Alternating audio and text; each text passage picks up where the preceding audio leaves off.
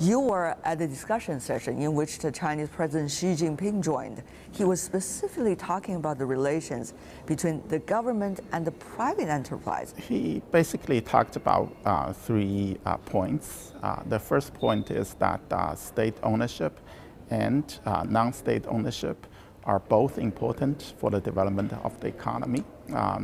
They are complementary, they are not substitutes. The second point is we have already established a lot of policies to help the development of non-state sector. And we need to work harder to better implement these policies. And the third area is that we need to have a new type of relationship between government officials and private entrepreneurs.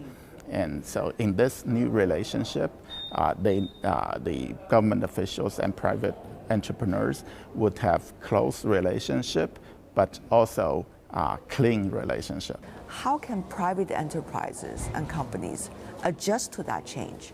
How can they communicate with the government? How can they communicate with the society and seek a new system to move forward?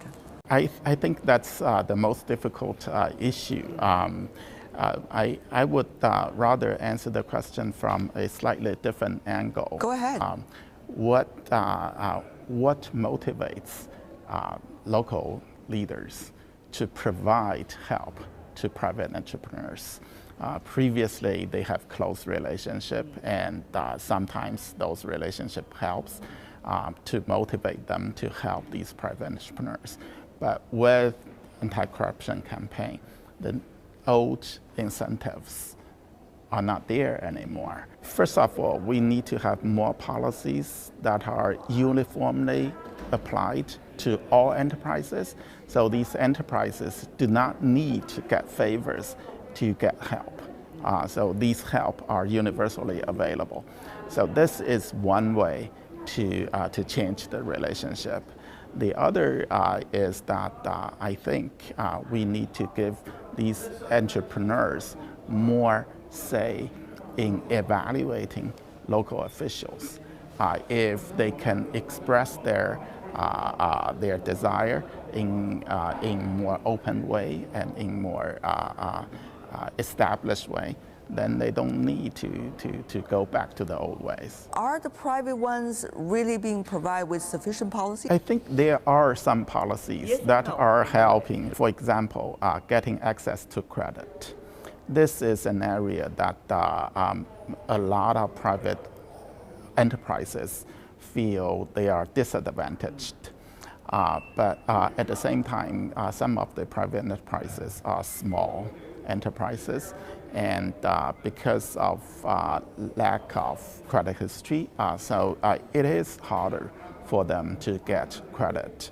And also there are other reasons.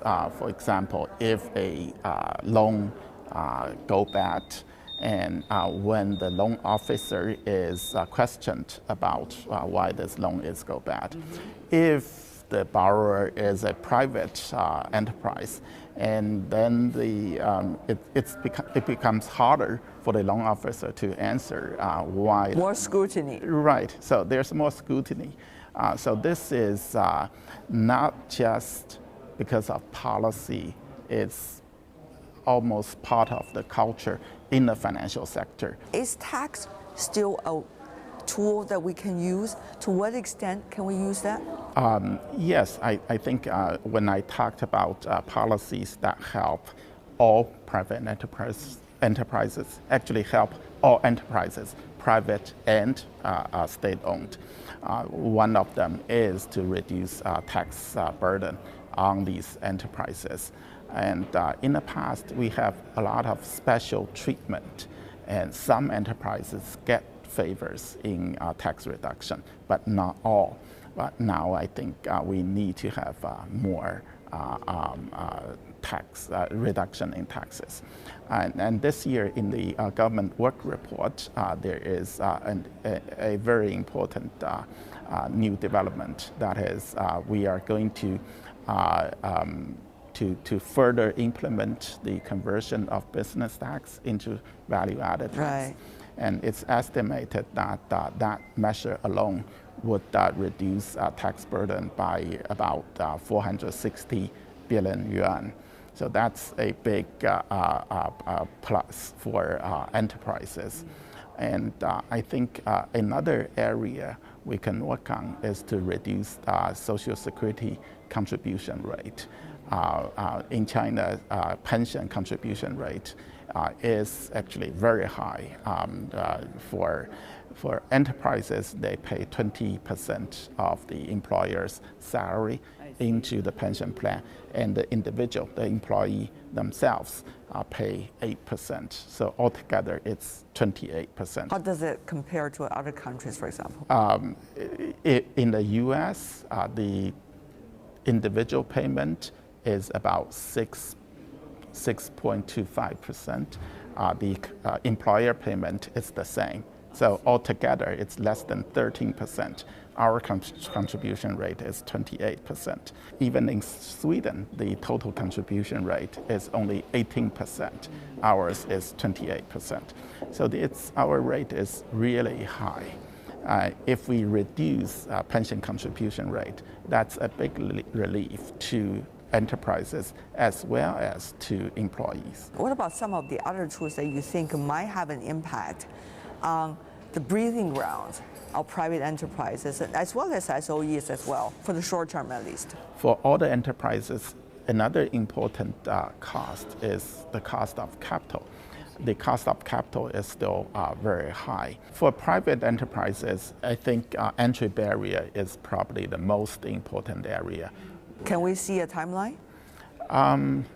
In this year's government report, we already set aside 5-6 sectors which will be open to private enterprises.